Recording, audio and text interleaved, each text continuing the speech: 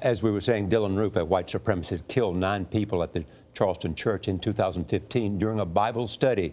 The congregation, which is still healing from the tragedy, is now coming together to pray for and support Charlottesville. Chip Reid is outside Emanuel AME in downtown Charleston. Chip, good morning.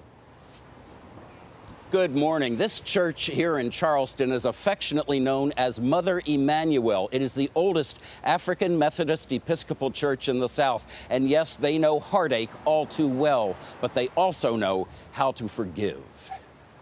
I thank God for his, who said it, grace. At Mother Emanuel Church in Charleston, the healing will never end. Everything that went on and is going to continue to go. We've got to break that cycle.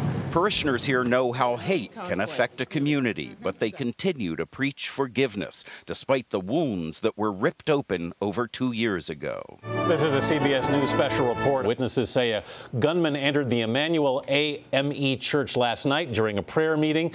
He killed the pastor and 8 parishioners. I think what the world forgets is that each time we come back here, we come back to a crime scene. We have to get through that every day. Willie Glee and Cynthia Amos have been parishioners at Mother Emanuel for years. The white supremacy march in Charlottesville, did it bring back what happened here for you? I think there's a lesson in Charlottesville that should come to all of Americans. You have a nation that does a lot of talk about race, does a lot of talk about social justice, but very few people are doing anything about it. Some people just get crazy and they don't realize that what they're doing to their brother or their sister, and it bothers me. It hurts. Yes, it does. It hurts when they march with torches and say the things they're saying. Yes. Yes. I think there's blame on both sides. Earlier this week, President Trump was criticized for equating the white nationalists who marched on Charlottesville with the counter-protesters. How would you like to see the current president react to this? Leadership is everything. And he's not providing it right now? Well, that's open up for interpretation. Pastor Eric Manning has been leading Mother Emanuel Church since last June. Why did you do it? 1 year after Dylann Roof's horrific attack. From what you went through, is there any advice you can give them on how to deal with being on the receiving end of this kind of hatred? It is hard to forgive, but aspire to forgive. Aspire to love. Because if you continue to carry hatred in your heart, it will become cancerous, and it will begin to tear the community further apart. Do you think that these people who are spewing racist hate can embrace love at some point, or are they lost causes? I would have to believe they can.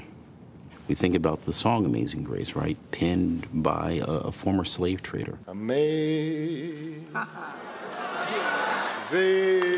Grace. And sung by? And sung by everyone, right? And President Obama, of course, sang it at the eulogy as well. So surely people can change.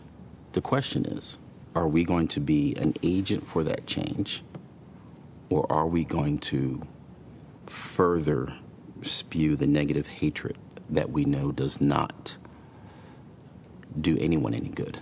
How do you fight that kind of hatred? I know, it's hard, isn't it? It's challenging. We have to continue to pray one for another. And even forgive them. And even forgive them. Pastor Manning told me that Bible study here always begins with a discussion of biblical text, but inevitably it moves on to current events. Last night, it was Charlottesville that weighed heavily on their minds. Norah? Chip, thank you. Perfect tone in that conversation. A really perfect tone, and I'm glad we went back there to talk to them. Really needed it this time. Great.